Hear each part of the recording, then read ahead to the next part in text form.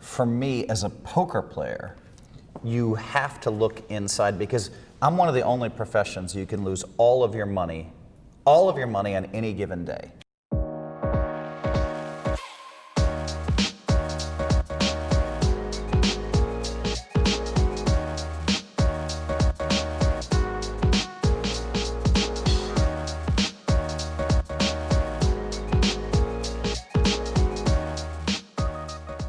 This is Dave Meltzer with Entrepreneurs, the Playbook, and I have a different type of entrepreneur. We haven't had one on yet. Phil Hellmuth Jr., the world champion poker player, 15 bracelets, one main event back in '89. We're gonna have to ask him how much he actually won back then, how much that's worth today. But most importantly, I had to have him on the Playbook because he wrote a book. You know when people tell you, hey man, you wrote my book? I bet you tons of people tell you that about this book. Positive. It's so true, it's so true. But you know, I mean, it's interesting.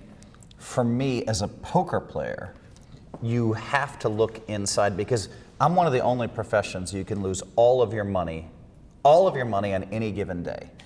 And the pressure that creates, if you get a little too drunk or whatever, you know what I mean? It's the pressure that creates, and as human beings, when we're losing, we tend to, you know, you learn this from the stock market, we press.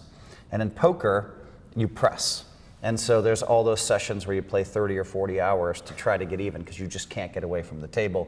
And there's just legends of all these poker players losing all their money in one day, 60-hour session. And then they usually fight back. And so I had to be on guard for that. It made me look inside all the time and look for truth. And so, yeah, I'm really proud of this book. And the subtitle, right? You're at the right place. You're always in the right place at the right time. This is what I always say. 8 life tips. People don't understand this. Yeah. You want me to give you a story Please. about that? Yeah, I would love it. So this is in my book, and I might steal it for my speech tomorrow, so you can have it. Good. Yeah. So it's very simple. You have a guy who sat down at the dinner table with his wife, and he says, I have the perfect idea for a sports bar. 5 perfect reasons why it will work. Shh. This guy says, Martha, please pass the peas. Martha, please pass the peas was given to me by Carl Westcott, who's a famous kind of a billionaire who was a great friend of mine. That means the guy's done with the idea. Let's move him over. Right next door, the guy's sitting at the dinner table with his wife and kids, lays out the perfect sports bar, 5 reasons why it's gonna work, right? The difference is this guy, the next day after work, all he does is he walks into his favorite sports bar. Once he opens the door to walk in, he's also opened a metaphorical door. Imagine, once that door is open, there's 8 more doors behind it. You could tell me what those 8 doors are. Anybody listening could tell me what those 8 doors are. You know, maybe this guy, maybe he buys this guy's bar. Maybe this guy helps him with financing. Maybe there's all these possibilities. But all he's done is walk in and meet the owner of the sports bar. And so, so these guys are both in the right place at the right time. They both have great ideas, but one person has taken the step forward. And too many people out there won't take that first step. So we're always in the right place at the right time. And next. That is so true. You know, one of the things you were talking about, losing it all. Have you ever seen the movie The Greatest Showman? When I get teased.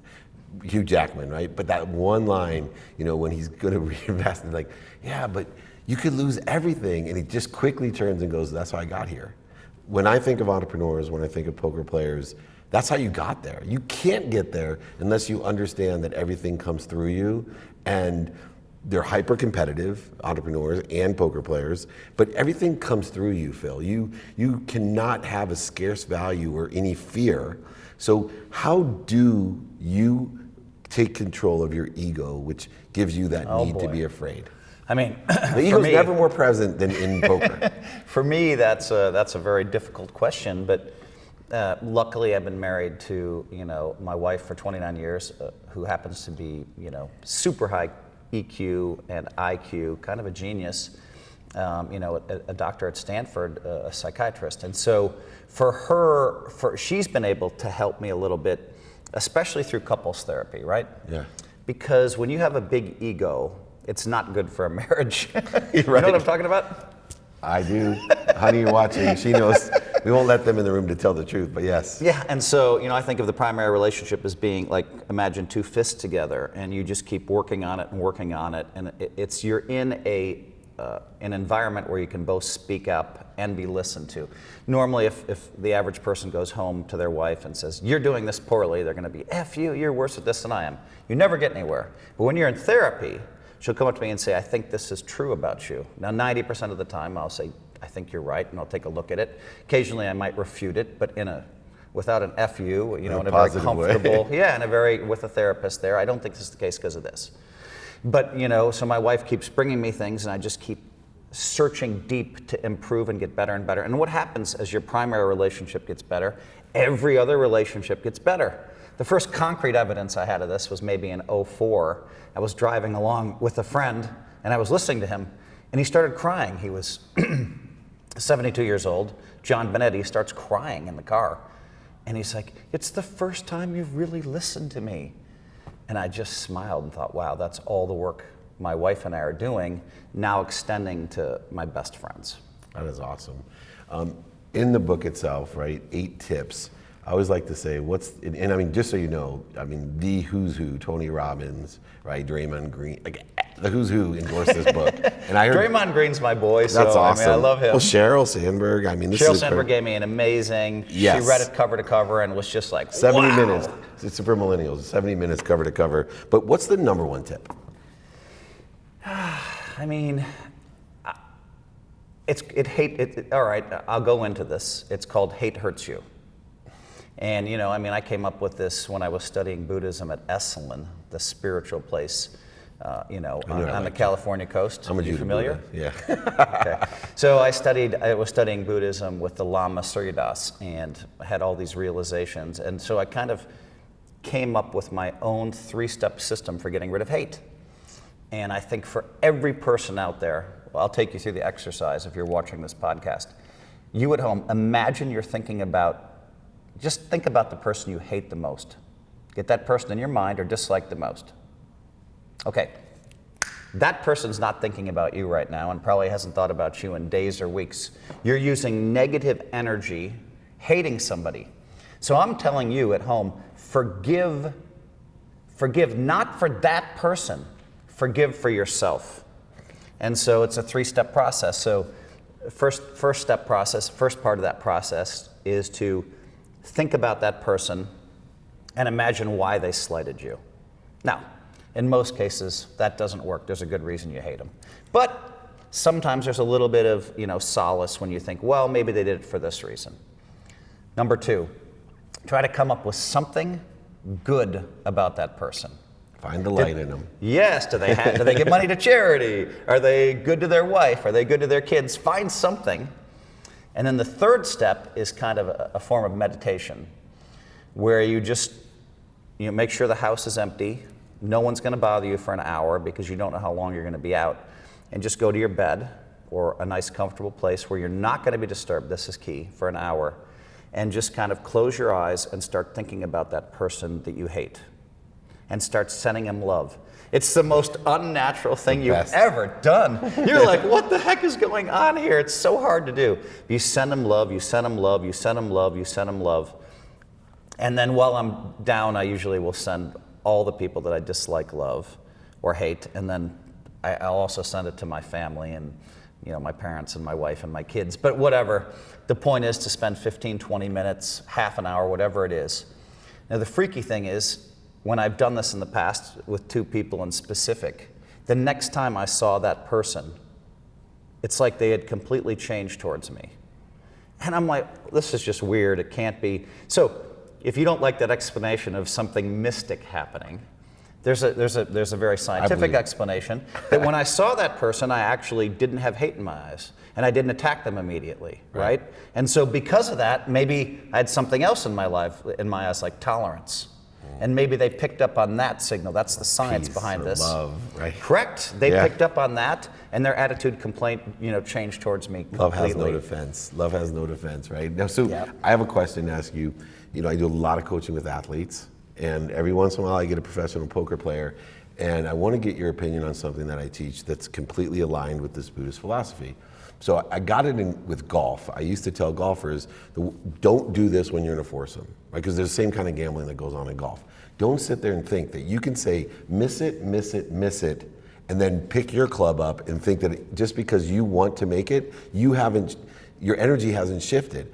In order to increase your chance, what you should be saying is make it, make it, make it, because I have a limited effect with my prayer on them to make it, but I have 100% effect on myself. And if I'm in tune with make it, make it, make it, make it, statistically, mathematically, I'm gonna make it. Same thing holds true. Don't tell them not to get their card.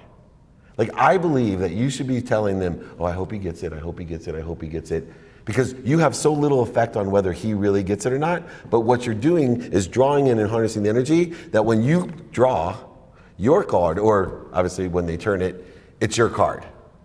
And it's an amazing effect. Do you see any significance or mathematical validation of what I'm saying, or would you use something like that? I actually love that. I would use something like that. I've even thought about, wow, when I've been golfing, I usually don't root against, I haven't had good luck rooting against people when I'm golfing for high stakes. Yeah. I just let them do their thing. If they make the putt, great. If they don't make the putt, great. But I'm just trying to focus on what I'm doing. Yep. And that's make my putt.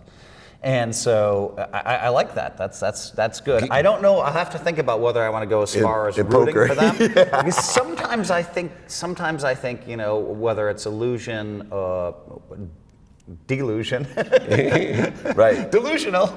Sometimes I think that I have a lot more power than we understand. And so it seems like when I'm charging forward with positivity, that great things can happen to me quickly. So maybe there's something to that. Maybe I don't really root against other people in big pots. I say take it to the next level. I learned a long time. I say take it to the next level. Root for them my opponent. and for yourself. It'll add. I think it adds exponential value to the power of positivity. I'm going to think about that. Please do, and let me know what happens. Let me know what happens. You've won over $23 million. How much was your first main event, the '89? How much did you win? That was $750,000. Which back then was were taught. I'm old enough to know, right? They're like, how the heck are they paying? Right on ESPN, how are they spending this much money? He won $750,000. That's like $10 million today or something. Yeah, I mean, ridiculous. I have a question though, because most people don't ask this of gamblers. How much money have you lost? Ooh. Right, it's nowhere to be found on Wikipedia anywhere. It's like 23 million, but how much money have you lost? No, I don't know the exact number, but I pay a lot of. I know this. When it comes to ROI in poker, USA Today did a study about 8 years ago now, and the chart's like this, and I was a little speck way up here. Part of that is just being conservative and not playing as many tournaments as the other guys. Part of that is that I've crushed a lot of the smaller ones, like $1,500 buy-ins, 3K buy-ins, 5K buy-ins.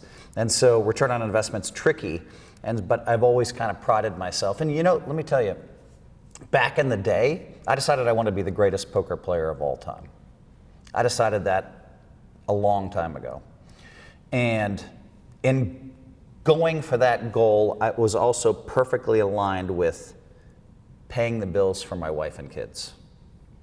And so, inspiration and desperation, right? Right. So desperation was my friend for a long time in order to drive me. I would be at a final table and I'd be like, we have like $7,000 or $8,000 left in the bank. Now I have a beautiful house and cars, but man, I need to pay the bills. And I'd be like, all right, how much is first, second, third? Right, I better make the top three, because you're manifesting it. Back then, if you make the top three players, then you'd almost always make a deal, because it was so tilted. It'd be 400, 200, and 100. It was always like, 4 times as much for first, twice as much as second, 400, 200, 100. And I'm like, I got to make it to the final three, because, fourth place was always like 60. Right. Fifth place, your first time was like 15 probably. It was way down. And so you really had to make the top three. I was really good at making the top three. And so, part of that is trying to provide for my family. The desperation of making sure that you could pay the bills helped me achieve my goals. What skills, characteristics or skills do you think are most suited for playing poker?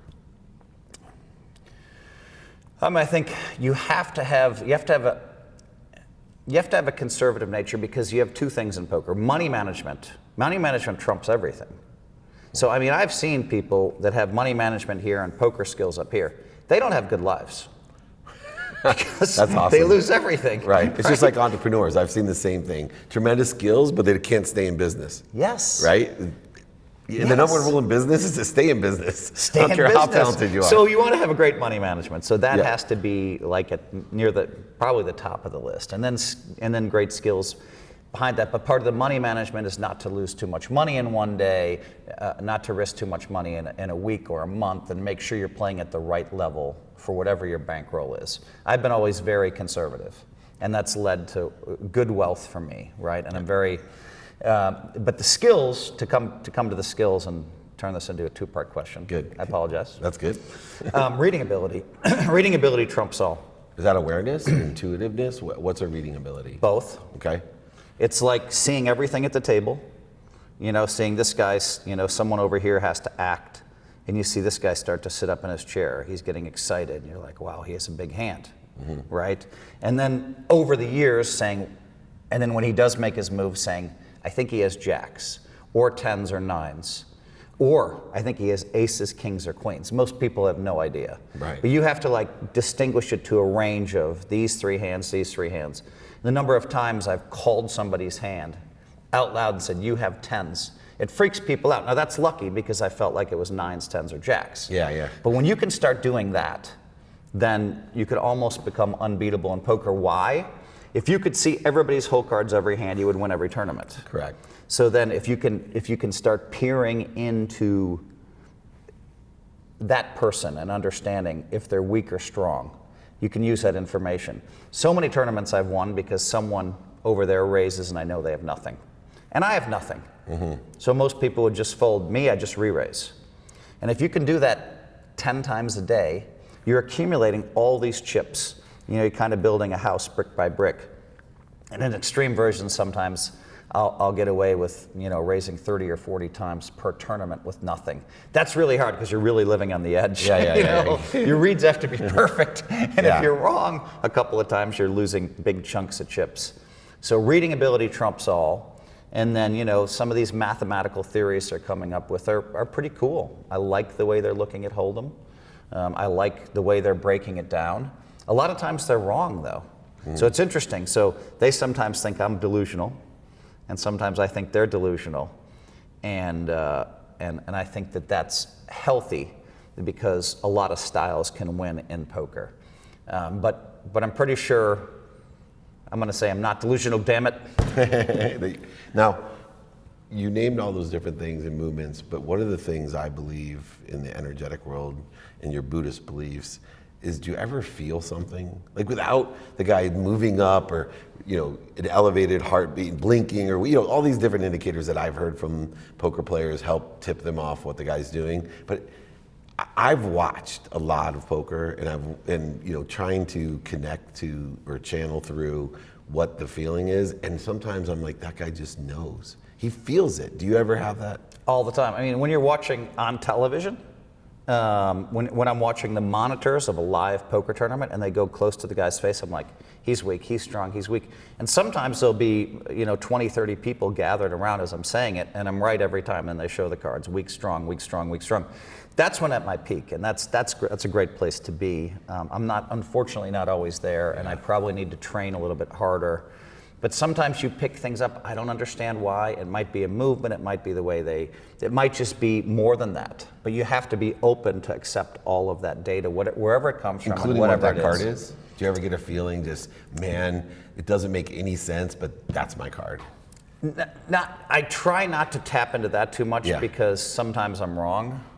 I mean, I had occasionally I have right? a really strong feeling that I'm going to win a hand. Yeah. And then sometimes that doesn't happen, whereas the dependable is reading people. That's more dependable. Right, because there's variance, and I always tell people, we misread things. You can get that feeling, but it may be about something else. It's true. It's like those mind readers or the people that will tell you, they'll do this thing, and I'll say, no, you're not, like when I do body scans and other things that I've learned from quantum healing, and the one rule is don't analyze. Because the minute you start analyzing, then you're off. All right, last question. With Positivity is your great new book. It's going to sell millions of copies. You can reach out to me, I'll give you one as well. So I'm going to be a big customer. This is my type of book. But Phil, it's different because, just like anything else, everything has evolved. Your brand has evolved. The sport has evolved. What legacy when it's all said and done, would you like to leave as one of the world's greatest? Well, poker first let me say it's interesting. I'm joining all these advisory boards, and I joined Lasso. Yeah, Lasso. thank you. Healthwear. Champ Bailey, Hall of Fame. My Lasso man. is kind of like, it's amazing. They have these amazing socks compression socks that James Harden wears. James Harden's not being paid to wear these. And there's like a 75% less chance your ankle is going to roll. And so I love this. I joined the advisory board.